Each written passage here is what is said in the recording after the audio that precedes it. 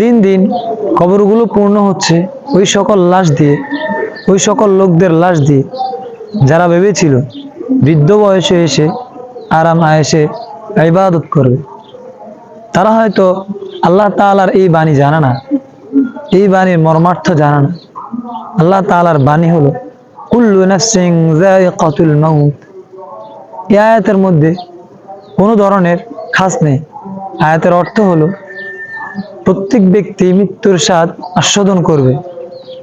এই আয়াতের মধ্যে মৃত্যুর কোনো সময়ের নির্ধারণ নেই, কখন আজরাইল চলে আসে, কখন আপনার রূহ কবজ করে নেয়, আল্লাহ তাআলার পক্ষ থেকে কখন চিঠি চলে আসে, জানেন না, কেউ জানে না। যদি জানতো তাহলে সবাই ওই মৃত্যুর আগেই ইবাদত করত। যারা এখনো ইবাদত করছে না, উদাসীন অবস্থায় জীবন যাপন করতেছে, সময়টা হেলায় দুলায় শেষ করে দিতেছে, তাদের জন্য দুর্ভোগ, আফসোস তাদের জন্য। যদি এমতো অবস্থায় তাদের মৃত্যু হয়, তারা আল্লাহ তাআলার কাঠগড়ায় দাঁড়িয়ে কি বলবে, কি বলবে তারা? খুবই একটি আফসোসের বিষয়।